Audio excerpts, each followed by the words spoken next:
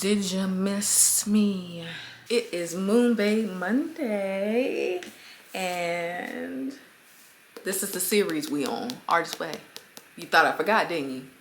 You was betting on me forgetting, won't you? That's not too far-fetched. I almost did forget, but thanks to content calendars and writing down reminders, I remembered.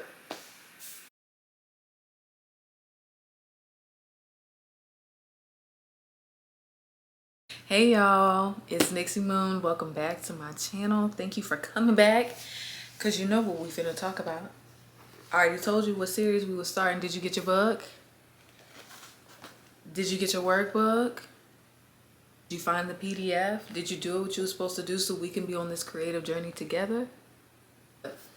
You have time, because I'm only in week 1. I'm just now getting to week 2. I finished week 1. I told you I'd come back and tell y'all what I took away from week 1, okay? I will say, because this is my second time doing this, I have already gone through the recovery part of being an artist. So I will honestly talk about my first time going through it compared to now. So the first chapter is recovering a sense of safety. And basically what that entails is, like, this is creative recovery. So like, you may feel a different way about it. It may range, it may vary. The first time I did it, I was very nervous, and it's because I had a lot of behaviors to unlearn. This time I felt really excited because I've already gone through that process. I think my biggest takeaway from this is the fact that I'm no longer a shadow artist. I'm actually like doing the damn thing, you know what I mean? So a shadow artist is like the one that sits in the background and just watches the art, wants to do it, but like doesn't, you know what I mean? So I think I emerged to like just a regular artist with the second time doing it. And then I highlighted this one part in here that I really, really like. It says, artists love other artists. Shadow artists are gravitating to their rightful tribe but cannot yet claim their birthright. Very often, audacity, not talent, makes one person an artist and another a shadow artist. So I think what I developed between the first time doing it and now is audacity, because I have the damn audacity to be the creative that I want to be, okay? So I think that was a big takeaway for me. I had 12 assignments in this daggone book to do. I was honest in here because, and since I'm gonna let y'all in my business, I did not do the morning pages every day of the week. I didn't do them. I'll try again this week to do them every day, but I'm doing the best I can. I'm doing the best I can with what I got, and sometimes I don't have artists the morning pages to me, but I'm gonna try again this week. I'm gonna keep it real with you. So I have a lot going on. I'm a mom. I work full time. I'm in school full time. I have a boyfriend. I have family. I have all these million things to do. Getting up earlier in the morning when I'm not an early riser in general is what's messing with me, you know? Like, because I have to have this quiet, like, it's immediately when you wake up, I have to have that quiet time, but I already have to get up at 6 because my kids have to be to school by 7:40. You know what I'm saying? So like, if I wake up earlier, then I'll be tired and I'm eating cups and cups of coffee. So I'm trying to figure out how to do it in a way that works best with my schedule without driving myself crazy doing it. You are not supposed to reread your morning pages. Just a side note, don't reread them. I did take myself on an artist date. I took myself to a new coffee shop. I tried some new coffee, really, really liked it. And they had donut holes and they warmed them. 10 out of 10. So I think my favorite assignment for this week was the third assignment, and it's called time travel. It's when you go back and talk about the old enemies of your creative past. Like the people, like you had a teacher that told you ain't gonna be shit, or like, you know, someone heard you hit a bad note and they never let you live that shit down, or like your parents telling you that pursuing creative endeavors is not gonna pay the bills. Like being able to write out that again made me really realize that I have grown a lot since doing it before, because I was like, when I was doing it this time, I was like, enemies? I don't want no enemies. I don't want no creative enemies. What the fuck is they talking about? Like, I don't even think about that shit no more. Like, after you do it the first time and you're doing it again, it's like, wow, I have really let go of some shit. Actually, I take that back. My favorite part of this again was listing 3 champions of your creative self-worth. And I'm gonna talk about this and then I'm gonna let y'all go. So what started me getting into music, I've always played instruments and stuff like that. I started playing the violin when I was in 6th grade. I learned how to play piano, guitar, bass, all this stuff. I come from a very like musically inclined family on both sides. And in 2017, I decided I was gonna make music. I had 2 uncles help me with that. One who has passed away, my Uncle Sammy, but prior to that, I would always talk about like, oh my God, I want to be a singer, like I want to do music. And he would always encourage me and like be like, come on, little Brinson, like you can do this. Like even for me, when I was younger, I used to stand behind an amp and sing, and I learned how to play the steel guitar with spoons. Like very, very encouraging. He bought me my first electric guitar. He was always like, and he's still now always in the back of my head, like, you know, cheering for me just in general, not even with this music shit, but like with everything. He's always been a cheerleader for me. Just a little backstory. I had a child at 17 and I thought, you know, my favorite people would disown me, and he was like, I'm not worried about you. Like, you have a kid, that's cool. Like, what are you doing now? Like, it at no point did he ever make me feel like my life was ending, and always supported that. My other uncle, my Uncle Jarrell, my Uncle Dad, was the one that helped me put together my first at-home studio. He told me what to get. He told me what software to try.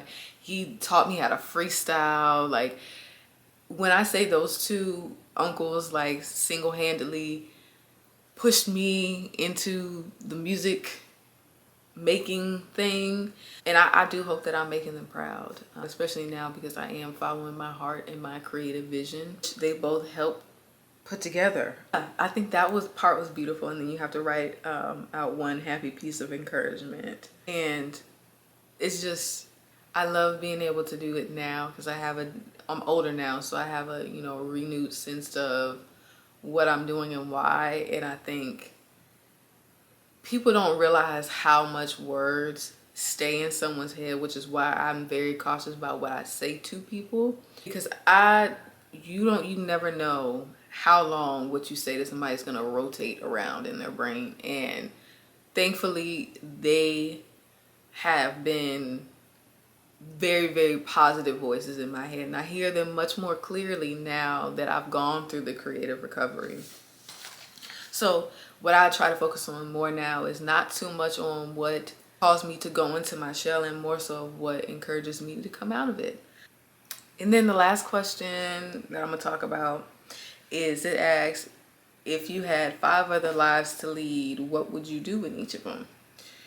Now, one of them I was gonna say is redacted. I'm not even gonna say that shit on camera, but all of them is crazy. I'm doing them. I put author, I'm writing a book. I put traveler, I plan to travel. I haven't really done any traveling for real. I'm a little punk when it comes to getting out of my home, you know, getting out of my comfort zone. But that's on my to-do list. Photographer, I have a fucking camera collection that is growing by the day, and I love to take pictures of, I find beauty in pretty much everything. Singer, I'm doing that.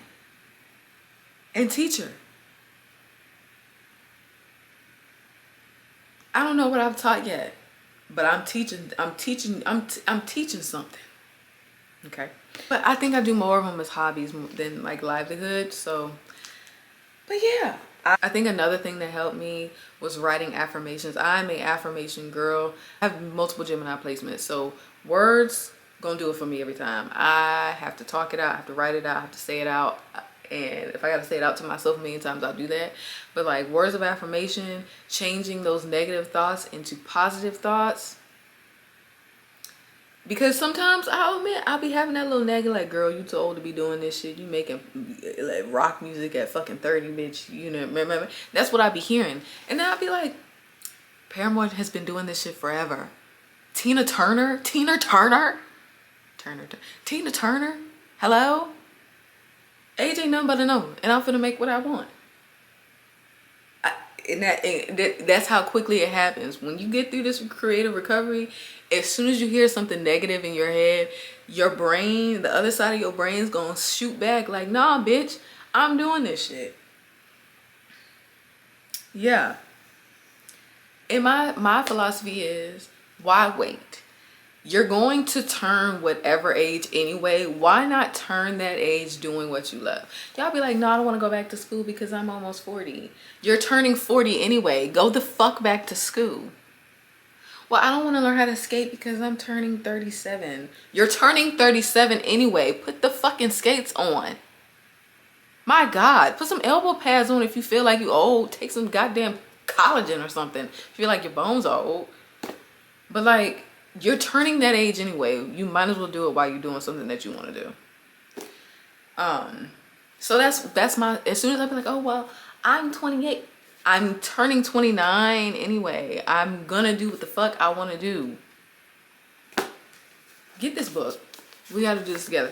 Next week is recovering a sense of identity. When I tell you this week is when the second week is when the first time I did it, when I say identity found, when I say sound found, when I say creativity up 100 notches. Are you coming back for week 2? You better. And when you come back, you better have done week 1 and gotten this damn book. I told you the PDF is online. I might link it below because I know y'all don't want to go search and find nothing. I might link it below for you. But anyway, thank you for coming. I'll see you next week. Same day. Maybe not the same time, but same day. So I hope to see you again on Moonbabe Monday. I'm out. I'm gonna go find me something to eat. I'm tired. And my camera's overheating. Peace.